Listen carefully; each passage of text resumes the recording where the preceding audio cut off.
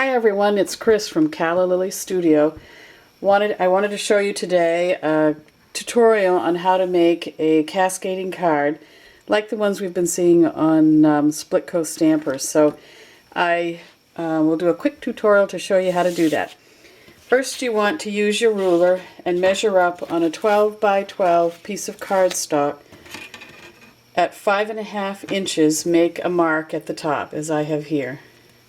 On the other end, you're going to make a mark at 2.5 inches, and I've done the same. I don't know if you can see it right here.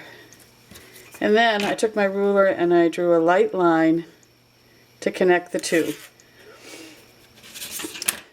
You can either hand cut it or use your cutter to make that cut, which I have done right here. I then use this as the template to make the next, because you are going to need two of these to make the cascading card. I just lay the template down and I draw that line again and cut it so that you end up with two pieces like this that you have cut. You can see I've made some markings on here, and I'll just go over what those are. You're really going to take these two pieces and make a line down through the center of to denote the halfway mark.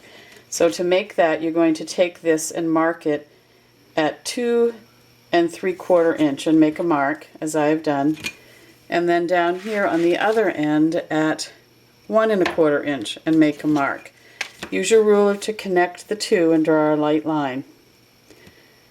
You're going to erase these lines later on, but it is good to have them before you make your cuts. And you do the same on both pieces of cardstock. The next thing you're going to do is use your score pal or your scorer and score at 2, 4, 8, and 10 inches. And you can see I've already done that. 2, 4, 8, and 10. So again, 2, 4, 8, and 10. On the 6-inch mark, you can see you're going to make a pencil line. And I really do that while I still have it in my score. I just line up the 6-inch and draw a line all the way down on both. All the way down. It's not a score mark, it's actually a pencil mark. So you're scoring at 2, 4, 8, and 10, and you're drawing a line at the 6-inch mark all the way down. The next thing you're going to do, and this is where your scissors comes in, is on one piece you're going to cut on the 2-inch line up to that pencil mark that you've made. You're also going to cut it at the 10-inch line. And on this one you're going to take it and turn it and cut down to that mark at the 6-inch line. So you have two cuts up, and then here's a cut down. Then you're really going to do just the opposite on the second piece. You're going to cut down at the 2-inch line. I've got to see that. Always helpful to bend those score marks so that you can really see them. So you've cut up on this segment, and you're going to cut down to the 2-inch. At the 2-inch line, you're going to cut down to that pencil mark, and you're going to cut down at the 10-inch line.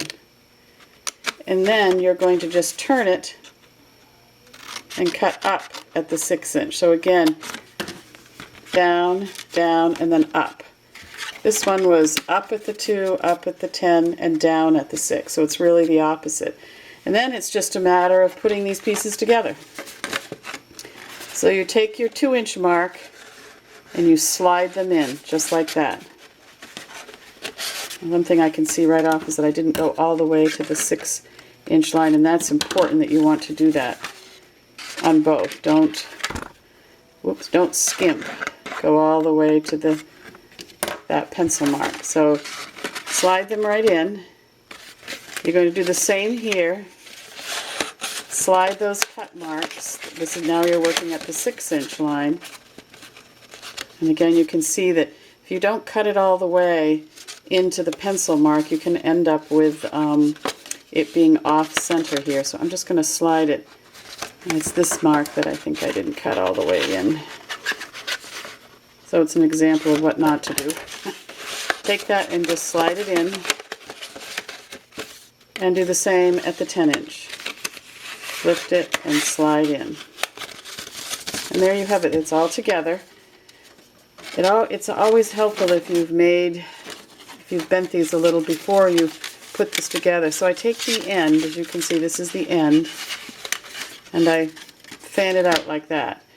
Then you put your hand in the center and bend at those score marks. Again, bend at those score marks.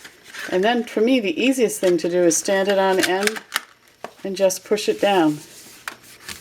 And that is your cascading card. I do go back and erase some of the pencil marks that I have done, because you can see some of them as you see on the side. You're going to decorate it the way you want. I'll show you another one that I have made. I've made quite a few.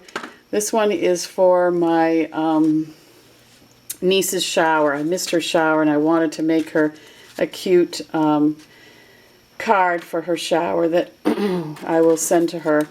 And here's the back. I'll put this up with pictures on the back. I use the memory box dies for this. This is a lot of fun. I love the 3D effect. What I did here was I used Martha Stewart's Edger Punch and made this gated look. She has one, I think it's this one right here. And then I just cut off the scalloped part of it to make it less so you can see the animals more. So that's just a quick tutorial on how to do the Cascade card. I hope you enjoyed it. Take care.